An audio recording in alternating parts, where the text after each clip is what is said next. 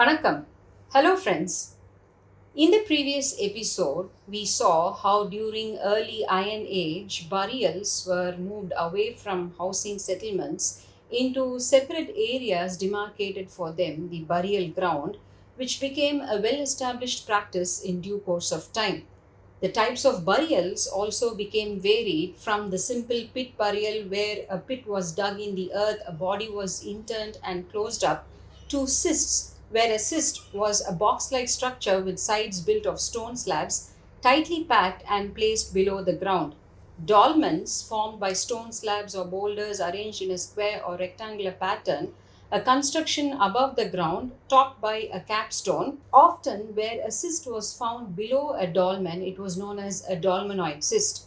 Dolmens were also erected over an urn or a sarcophagus.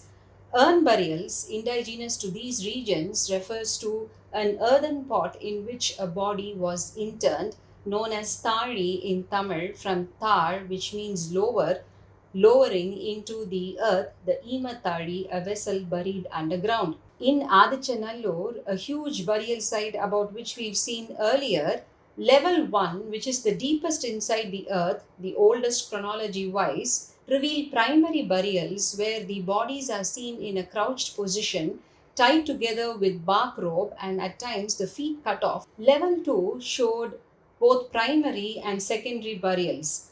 A secondary burial is where the body is left on a bamboo platform, a padai from the Tamil word padu, which means to lie down, and kept away from the settlement. And after the body decomposed, the bones were collected and interned in an urn. Again, at level 3, which is the level nearest to the surface, only secondary burials are found. Sarcophagus, an oblong terracotta receptacle, a later development of what may be called an elaborate form of urn burial, provided with a convex lid and rows of legs at the bottom and often with a capstone. Sarcophagi were made out of terracotta, wood, or stone. You could visit the Egmore Museum to see some of the interesting ones in animal shapes, such as a ram or a bull. Cairn was a mound of rough stones packed over a grave, provided for protective purposes. Huge boulders arranged in a circle over a proper burial was known as a cairn circle. Topical, topi meaning a cap, consists of a burial pit covered with a hemispherical laterite capstone resting directly on the ground like a lid, erected not only to keep safe the burial but also maybe to mark the spot.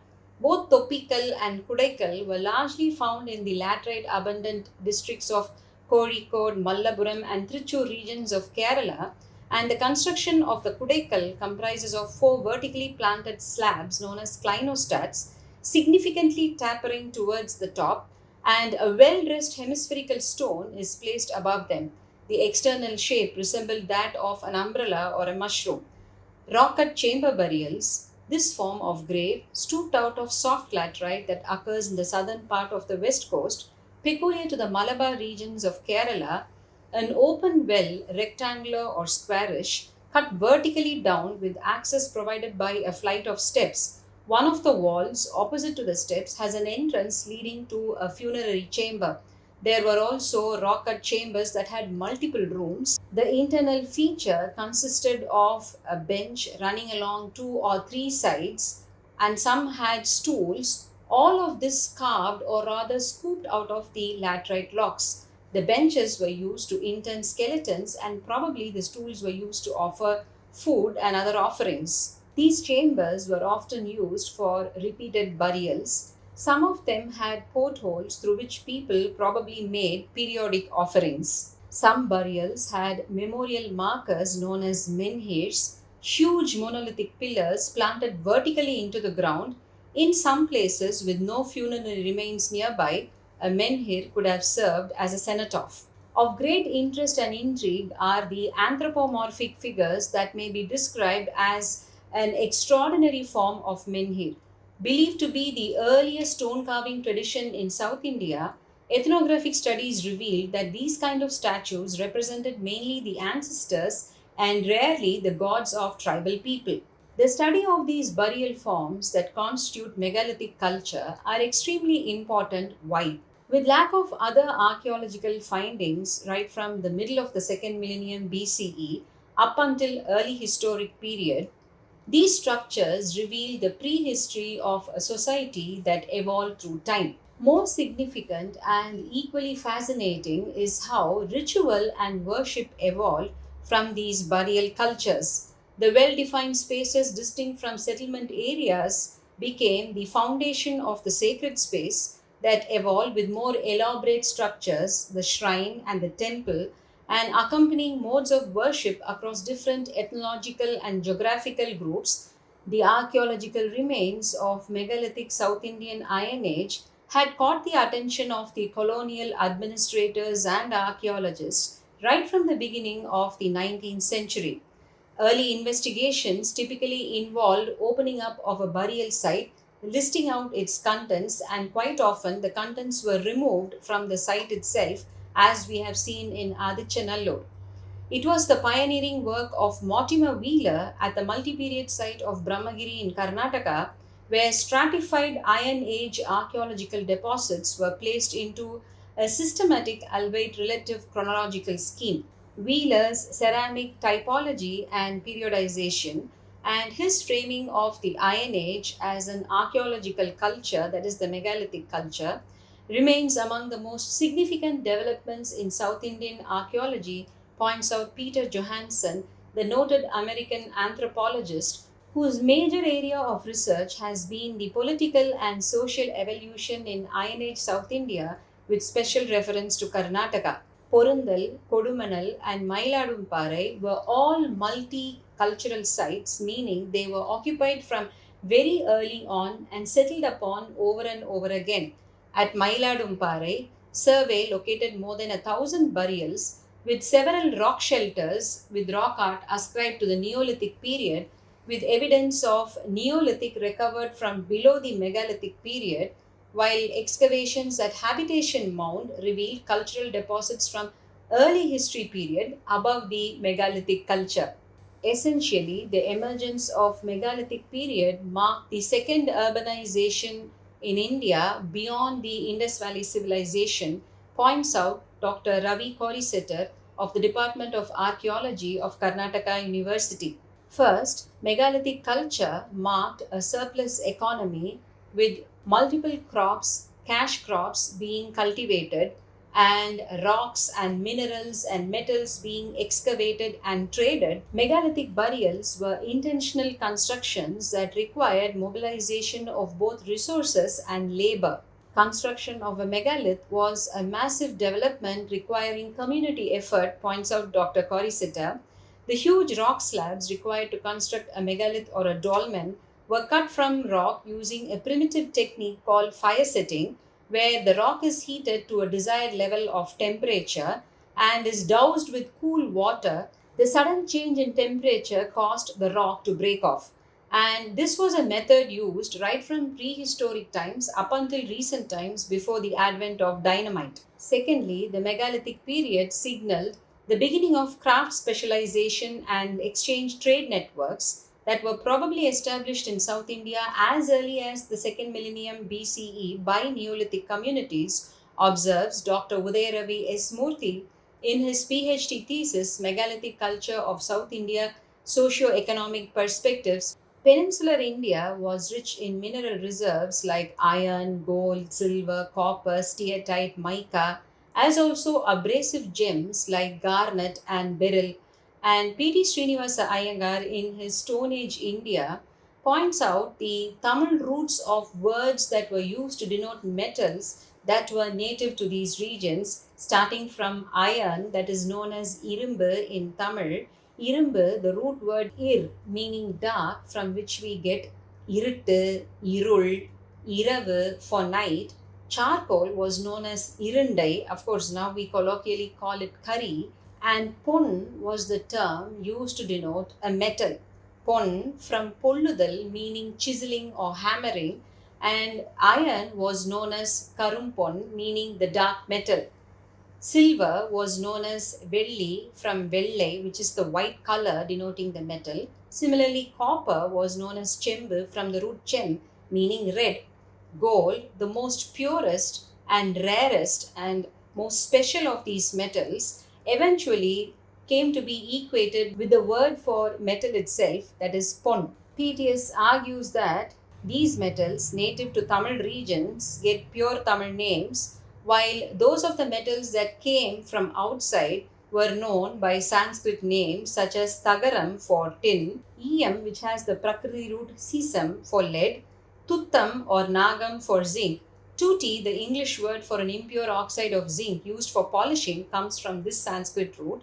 And he also argues that the fact that in the north, copper was used more extensively than iron by denoting the Sanskrit term for copper as ayas. And when people became familiar with iron, they named it Krishna ayas, meaning black copper. Then came bronze, that most important alloy of copper and tin, which was initially denoted by a Sanskrit term, kanjiam, from Sanskrit kamsiam, from which comes the colloquial term kansa, which is used to denote bronze or more specifically bell metal in different parts of the country today. Bronze was preferred over iron to make metal casts and molds and dies, and used extensively in making artifacts and jewelry, because of which it was given an early Tamil name Urai, which means cover, and then Kalam, Kalam being the mold or the container, Venmai denoting its superiority. So Venmai plus Kalam, Venkalam became the Tamil word for bronze in these regions. With increasing use of different metals to make tilling equipment like plowshare and hoe, sickles and spade and axe for cutting trees, archaeological evidence available in the form of smelting furnaces, clay tuyeres, and presence of iron slag, copper slag, traces of gold and silver showed the advent of industrial activities with dedicated metalsmiths. Again, efficient use of the metallic resources also depended on another crucial factor, availability of fuel to produce the degree of temperature required to smelt the ore. Most commonly used type of fuel for these pre-industrial smelters were wood, charcoal, cow dung and paddy husk. In the Nilgiri and Parani hills at 1200 meters, a notable number of megalithic sites were found with forest cover providing the timber for making agricultural implements and tools and fuel for smelting metals, as well as the rocks for the megaliths. Metalsmiths became the first experts who had a full time occupation during the proto-historic period outside that of conventional traditional occupations like hunting, pastoral, or agricultural activities. The important crafts practiced during the megalithic period is evidenced by the occurrence of a wide variety of tools. For example, in Payampalli, a very early megalithic site in the Velur district, where multiple levels, right from the Neolithic to megalithic, is evidenced, 7 different types of chisels were excavated, testifying to the advanced stage of wooden architecture involving dressing of wood and creating different types of mortise holes either for interlocking or for tenons. The art of lapidary, engraving, cutting, and polishing of gemstones, evidenced in the exquisite shape of beads and gemstones, spherical, cylindrical, barrel, hexagonal, using agate, carnelian, coral, crystal, onyx, garnet, as also ornaments carved out of bone, glass, and shells. At the megalithic site of Kodumanal, lapidaries processing lapis lazuli, carnelian, and agate were found. Now, lapis lazuli, the bluish semi precious rock, was native to the regions of Afghanistan, while agate and carnelian were found only in Maharashtra. So, proof of long distance trade networks established way back. While wheel turned black and red ware pottery was the signature ceramic, the number of utilitarian shapes and the quality of the pottery excavated, bowls, dishes, lids, legged jars, vases, goblets, and even hookahs, with decoration in the form of cording, applique, and painting, attested to a highly professional class of potters. Again, P.T. Srinivas Iyengar mentions in his The Stone Age in India of how he had unearthed from the areas of Pudukkottai and Salem potsherds that were thousands of years old, where the enamel looked as fresh as if it had been applied only yesterday. Robert Bruce Foote recorded his observation that while All these metals and alloys were remarkably pure in quality. The pottery discovered in early Iron Age, dated to between 1500 and 1200 BCE, indicated that people who could have made such high class pottery must have attained a considerable degree of civilization and must have been very advanced to have used so varied a set of crockery. Dr. Andrew Agor, who first excavated Adichanallur in the year 1876, exclaimed that the pottery that was found in these megalithic burials that were dated to around 900 BCE were far superior to the ones that were found in the bazaar during the time that these excavations were conducted. Also, by studying these chamber tombs, the knowledge of local geology, neat stone cutting and dressing of laterite rocks, these rocks were also used for making household implements such as the humble mortar and pestle. The earliest recorded evidence for iron working in South India is at Bukkasagara in Karnataka, where the smithing facility was dated to between 1300 and 1000 BCE. Peter Johansson points out of how systematic survey in northern Karnataka showed while iron smithing was practiced at almost every megalithic site, iron smelting was limited to a very few regions, probably nearer to the iron ore deposits. He suggested that smelting specialists or patrons must have formed a social group that had control over the iron ore deposits and should have overseen the distribution of iron bloom to the smiths. It is very interesting note that settlement sites showed specific architectural spaces earmarked for specified smithing practices, continuity of which we can see in the layout of the ancient city of Madurai as captured in Sangam literature, where people practicing a particular craft or trade formed a living commune like a weaver's colony that we find even today, or probably like an Ezhuthanikara Theru, a specific street where lived the palm leaf scribes. Archaeological research reveals how the settlement communities of peninsular India produced a variety of social affiliations and distinctions that maintained a number of inequalities in access to material resources and managerial hierarchies reflected in the settlement pattern.